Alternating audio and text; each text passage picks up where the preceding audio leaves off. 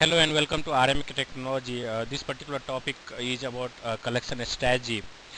So basically, if a customer has overdue invoices or any due to the utility company, and basically that due day has passed, so SAP has come up with the various path through which this collection activities can be performed.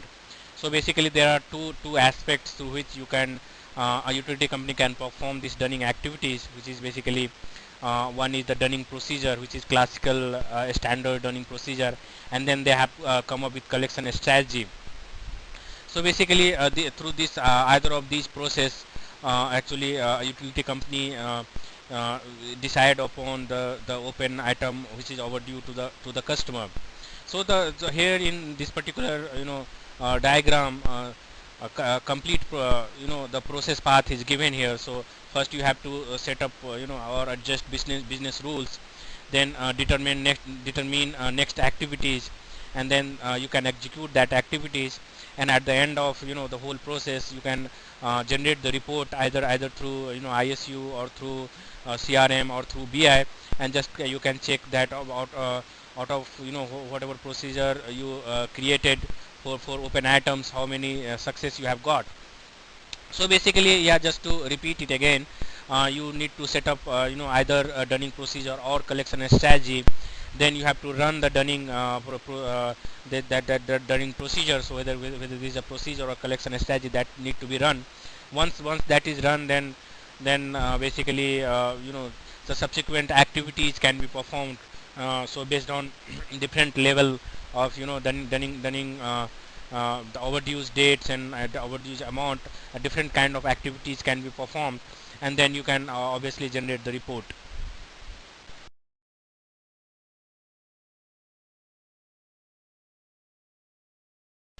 So basically, as we have seen in the previous slides, actually there are two procedures through which the collection activities is performed through the SAP. One is the by dunning procedure, and another is collection strategy. I hope you have already seen the dunning procedure session in your session list in for the FICA. This particular session is covering mainly collection strategy by BRF.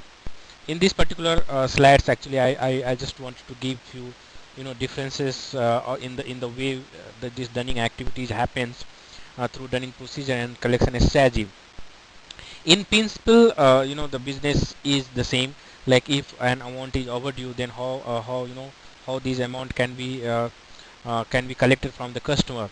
So in dunning procedure, we have seen that there is a dunning level and then dunning activities. So there different dunning activities are assigned to different dunning level, and that is more or less a sequential way, and this is called the linear mapping for the dunning procedure. So the dunning level is basically determined by the amount and the number of days. In collection strategy, as we will see in the the coming slides and coming examples, collection strategy is basically you can have multiple combination of options to reach to a particular dunning level. Here equivalent to dunning level in dunning procedure, we have collection steps, and then the dunning activities are basically assigned to those collection steps, and then collection